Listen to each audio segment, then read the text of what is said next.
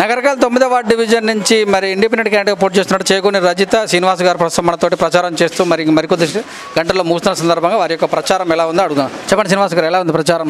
ఎంతమందిని కలిసారు ఇప్పటివరకు? 9వ వార్డు నుంచి ఈరోజు జరిగే మున్సిపల్ ఎలక్షన్లో 9వ వార్డు నుంచి జనరల్ మహిళా అభ్యర్థిగా మా మిసెస్ చెగోని రజిత శ్రీనివాస్ నేను ఇక్కడి నుంచి పోటీ చేస్తున్నాను. ఇప్పటి వరకు ఒక దాదాపుగా అన్ని ఓటర్లను తిరిగాము. అందరూ సహకరిస్తున్నారు. అందరూ ఖచ్చితంగా మనకు సహకరించి గెలిపిస్తారని కోరుచున్నాను. ఇండిపెండెంట్గా పోటీ చేయడంలో అంతర్యం ఏముంది? ప్రజలకు ఏ రకంగా సేవ చేస్తారు?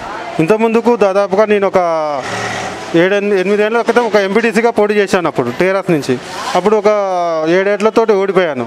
ఆ తర్వాతకు మాకు మళ్ళా వార్డు నెంబర్గా 17వ వార్డులో పోటీ చేసి గెలిచాము. అక్కడ అందరికీ సేవలు చేశాను. మళ్ళీ ఇక్కడ అప్పుడు ఉన్నప్పుడు కూడా ఇక్కడ ఒక పింఛన్ అయితేంది, రేషన్ కార్డు అయితేంది, కళ్యాణ లక్ష్మికి వాళ్ళకు పనులు చేయడానికి నేను ఎప్పుడు రెడీగా తిరిగేది. వాళ్ళకు నేను గెలిచినా కానీ వాళ్ళ మధ్యలో ఉంటూ వాళ్ళకు కావాల్సిన అవసరాలు ఏది మురికాలు అయితేంది, సీసీ రోడ్లు అయితేంది, ప్రతి ఒక్క అవసరాన్ని వాళ్ళ తీరుస్తానని హామీ ఇచ్చి నేను వాళ్ళకు అభయం ఇస్తున్నాను. ప్రధాన పార్టీలు అయితే మాకు ఆ నాయకుడు ఉండు, ఈ నాయకుడు ఉండు, మేము ఎక్కడి నుంచి నిధులు తెస్తాం, కేంద్రం నుంచి నిధులు తెస్తాం, లేదా రాష్ట్ర ప్రభుత్వం నిధులు తెస్తాం అంటారు.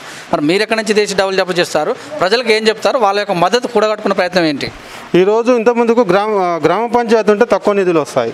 ఇప్పుడు మున్సిపాలిటీ మనకు సరిపోని నిధులు వస్తాయి. ఏ ఒక్క ప్రజాప్రతినిధి పెద్ద నిధులు ఏం అవసరం లేదు. మనకు మ్యాక్సిమం సీసీ రోడ్డుకు, మురికాలకు సరిపోని నిధులు 5 ఏళ్లలో ఖచ్చితంగా నా వార్డు కంప్లీట్ చేస్తానని నాకు నమ్మకం ఉన్నది. మున్సిపాలిటీ నిధులు సెంట్రల్ గవర్నమెంట్ నుంచి మనకు వస్తాయి కాబట్టి ఖచ్చితంగా మా వార్డు కంప్లీట్ చేస్తామని మాకు నమ్మకం ఉన్నది. తెలంగాణ చేసేది మేమే, మా వాళ్ళకి ఓటేయండి, వేరే వాళ్ళకి వేస్తే అసలు డెవలప్మెంట్ కాదని ప్రచారం చేస్తుంది ప్రభుత్వం. బంగారు తెలంగాణ చేస్తానని అనే వ్యక్తులు ఈరోజు ఫస్ట్ ఒక 8 ఏళ్ళ సంది నేను ఒక జనంతో తిరుగుతూ, జనంలో ఉంటూ, నా పని చేసుకుంటూ, నా జనం పని చేసుకుంటూ నేను ఉన్నప్పుడు ఇక్కడ ఒక వ్యాపారస్తునికి టికెట్, వేరే ఏరియాలలో ఒక వ్యాపారస్తులు టికెట్ ఇచ్చారు. వాళ్ళు ఏ విధంగా ఇప్పుడు వాళ్ళు గెలిచినా కానీ వాళ్ళ వ్యాపారాలు, వాళ్ళ బిజినెస్లు పెంచుకోవడానికి తప్పించి ప్రజలకు సేవ చేయడానికైతే వాళ్ళకి టికెట్లు ఇవ్వలేదు. ఇప్పటివరకు మీకు తెలుసు 20 వార్డులలో ఏ ఒక్క వ్యక్తికి టికెట్ సానుకూలంగా మొత్తం రిచ్ ఫ్యామిలీలు, బయటకు వెళ్ళని ఫ్యామిలీలకు టికెట్లు ఇచ్చారు. అందులో వాళ్ళు వచ్చి రేపు దగ్గరుండి ఏ లైట్ వేపిస్తారు, లైట్ పోతే ఏ మురికాలో ఏ ప్రాబ్లం ఉన్న వాళ్ళు అంత రిచ్ ఫ్యామిలీలు వచ్చి ఆడ ఏ పని చేపిస్తారు? మాలాంటి సాధారణ వ్యక్తి మరి 8 ఏళ్ళ నుంచి కారు జెండా మోసినోని నేను, మాకు ఎందుకు ఇయ్యారు సీటు వాళ్ళు?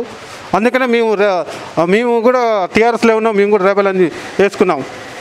సో ఉన్నటువంటి 1000 ఓట్లలో పింఛన్ వాళ్ళు మా వాళ్ళు ఎవరు, వితంతువులు మా వాళ్ళు ఎవరు, సీఎం రిలీఫ్ ఫండ్ మేమే ఇస్తున్నాము, గురుకులలో వాళ్ళ పిల్లలు చదువుకుంటున్నారు, సీఎం కిట్ మేమే ఇస్తున్నాము, మంచినీళ్ళు మేమే ఇస్తున్నాము, బియ్యం కూడా మేమే ఇస్తున్నాం, మిగతా వాళ్ళకి ఏ ముఖం చూసుకొని ఓటేయాలంటారు కదా. సరే, ఇప్పుడు వాళ్ళు అన్నీ ఇస్తున్నారు, గవర్నమెంట్ ఇస్తున్నారు అన్నాడు. ఆ గవర్నమెంట్కి 8 ఏళ్ళ సార్ నేను ఇచ్చే కాగితాలన్నీ నేనే మోసి ఆఫీసులో నేను సర్వీస్ చేసిన, నాకు ఎందుకు ఇవ్వలేదు టికెట్ అని నేను అడుగుతున్నాను.